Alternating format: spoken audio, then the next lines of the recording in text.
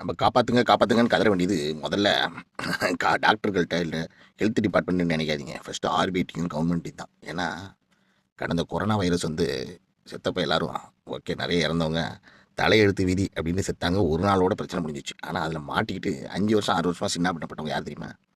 அந்த கொரோனா டைமில் loan due அப்படின்னு மாட்டினீங்கன்னா பல பேர் சூசைட் பண்ணிட்டாங்க. பல பேர் வாழ்க்கையில் முன்னேற முடியாமல் இன்னும் போராடிட்டு இருக்காங்க. பல பேர் சமுதாயத்தில் அசிங்கப்பட்டிருக்காங்க, கேவலப்பட்டிருக்காங்க. சில பேர் வீடுகள் ஜப்திகள், மண்டபங்கள் ஜப்திகள், பெரிய பெரிய ஹோட்டல் ஜப்திகள், இந்த மாதிரி ஆகி வாழ்க்கையில் முன்னேற முடியாமல் ஊரை விட்டு ஓடினவன், நாட்டை விட்டு ஓடினவன், சூசைட் பண்ணவன் தான் நிறைய. அதனால் இந்த மாதிரி வைரஸ் இருந்தால் போன வாட்டி மாதிரி லாக்டவுன் பண்ணால் எப்படினாலும் அதுக்கு தேவையான ஆல்ட்ரேஷன்ஸ் நம்ம ஆளுகள் இருக்காது.